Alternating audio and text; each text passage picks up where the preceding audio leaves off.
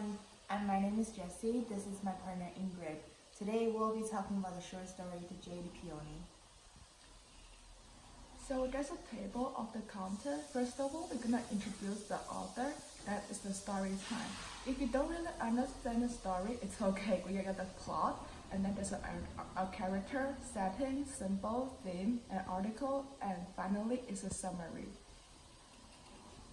So Winston Cho is the author of The Jade Peony.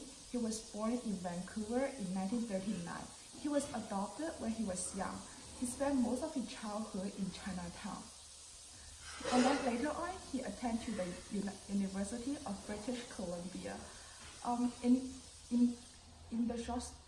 the short story, The Jade Peony, he won the Chilean Book Award and the City of Vancouver Book Award.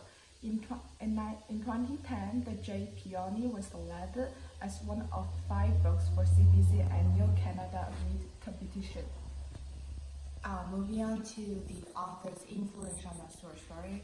So Winston was also a Chinese Canadian, so he connected very well with Second's family, and this is what made him write this short story. And also, he found out he was adopted when he grew up. He found out that he was adopted when he was small. So this also made him write about some of the family connections, how family members work in a short story. And also, the Chinese culture combined with Canadian culture, just like Second's family. Winston also interprets this into a short story in order to make readers really connect to what was going on. And also, Winston's Chinatown memory also made him to include Chinatown memories in his short story. And also, that is what happened to the setting and the use of Chinese characters. Also, this is a big part of Winston's life. So I think that the author Winston Choi has a really big influence on the short story The Jade Peony. And then there's a story time. So the summary of the story is it took place during World War II. Grandmas and her family moved to Canada, and as a grandmother, he tried to teach her children the Chinese culture. However, her children like Lian and Kian feel that it's embarrassed and no one will still listen to her except for Salong. And then in the future, Salong and Grandmama mix the wind chime together, and at that time they meet a white cat with pink eyes. And later on, Grandmama died because of the illness, and then Salong keep the Jade Peony to keep the Chinese culture also. Moving on to the main characters of the story, we have 6 main characters. So we have Long as the protagonist. He is the youngest family member. He gets along with Grandmama extremely well. He is also the narrator of the story. He is looking forward to his life in China. Moving on to grandmother, also known as grandmama or popo. So she is very old-fashioned. She has extremely strong belief in life spirits. She also loves her Chinese culture, and as well as teaches family her Chinese traditions. Next up, we have father. So father is a little bit old-fashioned as well. He is worried about the actions of his children. By this, we mean that the father is worried about the loss of the family's Chinese cultures, because 2 of his children already kind of fully adapted to the Western culture, which is Liang and Kian. Next up, we'll be talking about Liang and Kian. So why we put them together? Because they're extremely similar. They does not agree with Sekalong and his grandmother's decision. So they both accept the new culture. They adapted to the Canadian culture extremely well, but by adapting to the culture really well, they also kind of lose their identity as a Chinese, and also they lose their old culture that grandmama wants to pass on. So in order to help you to make more understand about the story, the stories happen before and during World War II, and it's in Victoria, BC, and this is kind of a reason that makes grandmama such an old-fashioned person, because grandmama was born before World War II. That means that at that time China is a, because in the Asian, China is a really powerful country. He has all her good memory, and she has the pride of her identity about China. So to her, when she moved to a new country, she feels like, oh, my culture, my traditional culture is the best, and it's really hard for her to get into the new culture, and that's why. So next up we have symbolism. So symbolism is a really important part of the short story. So there are three main symbols that Wei Sun uses. So one of them is the Jade Peony. He even said to us the title. So as we know that peony is China's national flower, and jade is a gemstone that symbolizes heritage. So by putting Jade Peony together, we kind of see that Grandmama is trying to use the Jade Peony because she passes the Jade Peony to each generation, and also it passes to Seklong and the Seklong's children and so on. So the Grandmama wants all their family members to know that their own like Chinese identity, even like 100 years later. Yeah. Right? So this is why the Jade Peonies plays such a big role in the short story. And also, next one we have wind chime. So wind chime symbolizes the relationship between Seklong and his grandmother. So this is because the wind chime was built by Seklong and his grandmama together. So as we all know that when grandmama was building the wind chime, she was looking through garbages in order to find materials for the wind chime, and this action made like the entire family really inspired, but just not Seklong, because Seklong at that I think that because of Seklong's age, he wasn't exposed to society. Yeah. So he kind of has like those, like really valuable children kind of thinking. So he does not know like all the hates in the society. He's like very pure and clean. So that Seklong helps the grandmama to find materials. They build the wind chime together. So the wind chime is really what symbolizes Seklong and his grandmother's relationship. Also, another important fact about the wind chime, which we searched up, and also it was mentioned in the short story, is that wind chime, when you hang it up, it actually brings the ghost spirit. It's helped the ghost to find the way back home. So this also symbolizes that grandmother wants the family to remember her when she passes away, because she knows that she will be passed away soon. And also she wants Seklong to think of her when she passed away. And then when later on in life, when Seklong maybe has some thought that he wants to express to her grandmama, he could even go up to the wind chime and just talk to the wind chime, and maybe the spirits, the wind, and everything else will bring the grandmama back. And also, next one is the white cat.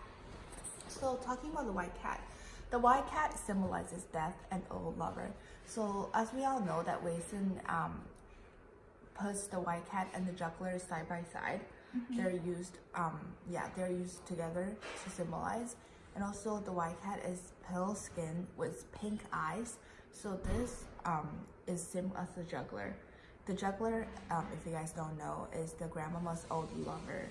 So grandmama fell in love when she was young with the juggler, but then they weren't together. Yeah, it's very sad. The juggler died in the end. So when she saw the white cat, she feels like, oh, my old lover come find me to bring me back, stuff like that. So it's like spiritual. Yeah, it's connected to spiritual.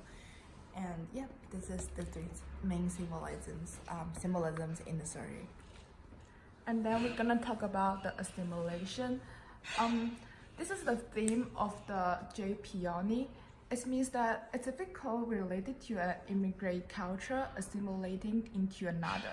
The grandmother represents the desire to hold on to the Asian tradition of China, while the children like Liang and Kiam, and it's really easy. They get into the new culture really easily, and yeah, it makes a totally different. So to the children, it's easy for them to assimilate the new culture. But well, instead of saying assimilate, we can say that they adapt to the new culture really easily. But to grandmother, she cannot really assimilate to the new country easily. And moving on to the next thing, which is cultural identity. So as we all know that coping with a new environment is extremely difficult. So right now, for me and Ingrid, we both came from China. And for us, adapting to Canadian culture is also hard. But right now in our generations, it's much more easier than older generations before, because we both learned English in China, right? Yeah. Although not to like a fluent English speaking type, but then we learned the basics of English when we were in China. But at that time, grandmama, they don't have the privileges to learn English beforehand. So when they come to new culture, grandmama it's literally just like her, she knows nothing about Canada. Yeah. And it's even hard for her to communicate with people. And that's why the reason that the story happened in Chinatown, because they cannot just like get out of the Chinatown because they don't know English well. And also, we know that it's a struggle to adapt with the changes in culture in their daily life. So some of grandmama's behavior, for example, flipping through garbage cans in order to find materials for the wind chime. Yeah. Well, to grandmama, this feels nothing, right? This feels like normal. She's just looking for materials. Because at that time, a lot of people in China, they go through starvation, as well as they're just poor. They don't have the money to buy materials, right? Yeah. Because for example, as in my life, my grandma is someone who loves to save money as well. She wouldn't spend extra money just for fancy materials. If she could get stuff from for example, if she could get stuff from other things that could if she can get from free, then she will prefer to do that, even though the quality is not really good. And also I think for Leon and TM, since they were exposed to the Western culture, they could not understand and see this as an embarrassment. But when you think about it from grandmama's perspective, this is normal.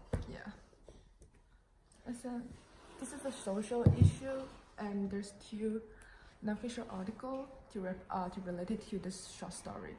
So the first article is a non-fiction article. It's about immigrating to a new country. So this article is extremely similar to what happened in the short story, the Jade Peony. So this is about a couple adapting to new culture, and they find it extremely hard because they're extremely frustrated because they want to adapt to a new culture and get to work, right? But with the amount of language barrier as well as different thought process, is very hard to adapt to new culture. And also they have to learn a lot of things from scratch, and they have to stop making assumptions as well. So the second article is about cultural assimilation. So this is wrote by Luma Sims in the spring of 2018.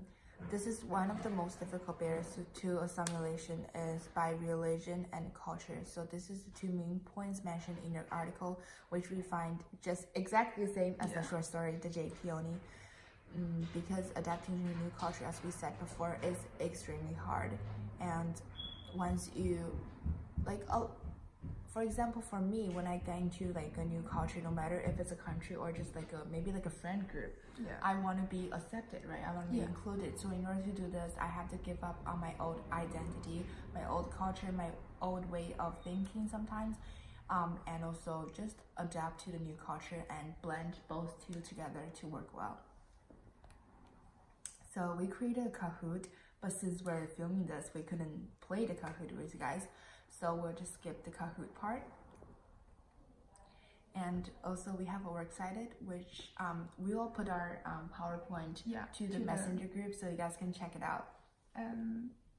That's it. And that's it. And then we hope that you guys have a safe spring break. And yeah, just a safe spring break. Have fun.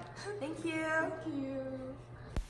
In order to help you guys to understand more about the story, here's a little movie. Long is working one day. He still thinks that his grandmother was still alive.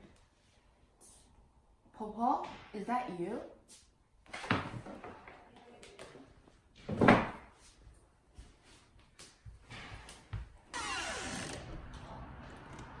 Popo?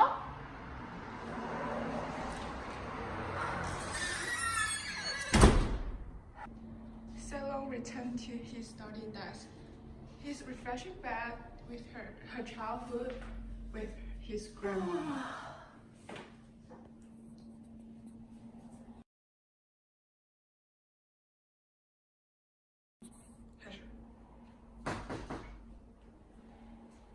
Wake up, it's not playing.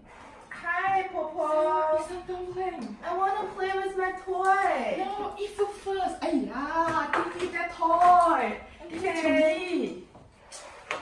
Eat more, eat more. The dumpling is so delicious. Yeah. Where's Kiam and Liam? Oh, they don't like dumpling and so they go away. Eat more, eat more. Do you like dumpling? I love dumpling. Are we going to get some material for wind chime, Grandmama? Sure, after you finish eating, okay? Okay.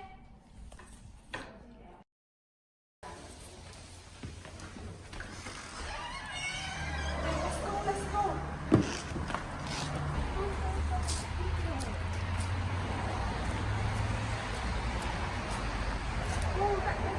Go get it, go get it.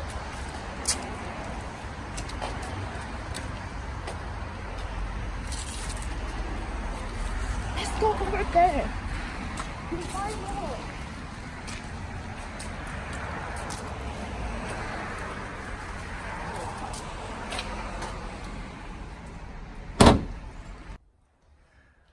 Popo, don't leave us, Popo. Don't go.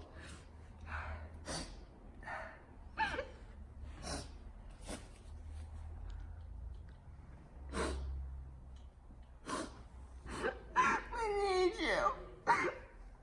What should I do when you go away? Popo, could you please not leave me?